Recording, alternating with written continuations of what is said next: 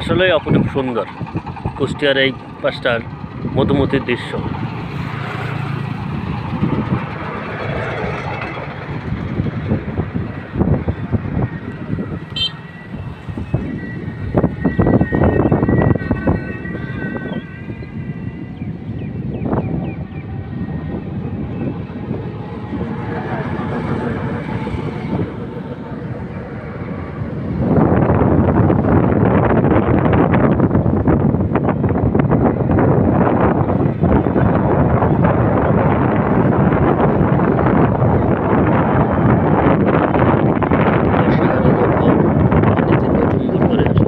যখন পানি ঢেউ খেলে আরও সুন্দর লাগে।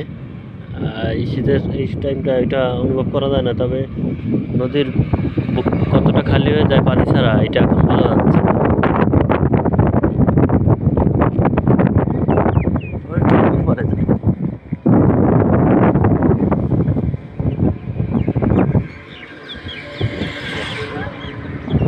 নদী বাংলাদেশের জীবনধারার সাথে ওতপ্রোতভাবে জড়িত।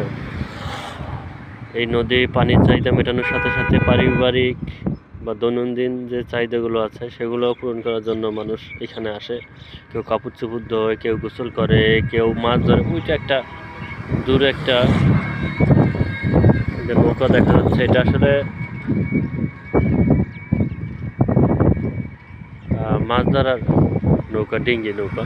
এবং তার ওই পারে আর একটা ছোট যেটা দেখা যাচ্ছে, ক্লিয়ার আসতেছে না,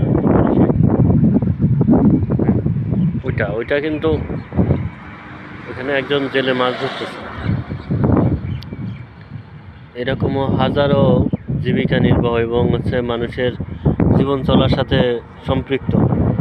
একসময় যখন ব্রিজ ছিল না তখন কিন্তু এপার থেকে ওপারে খেয়া দিয়েই মানুষ পারাপার হতো। তখন এখনও পার হয়, যাদের ব্যক্তিগত প্রয়োজনে এই ব্রিজ প্রয়োজন হয় না, কিন্তু যে কোনোভাবে নদী পার হতে হবে, তখন তারা কিন্তু যে নৌকাগুলো আছে বা যাদের নৌকা আছে তারা দিয়ে কিন্তু এপার ওপার পার হয়।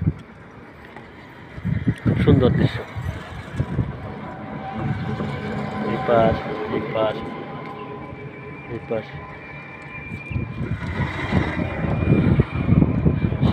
খুবই স্বচ্ছ পানি।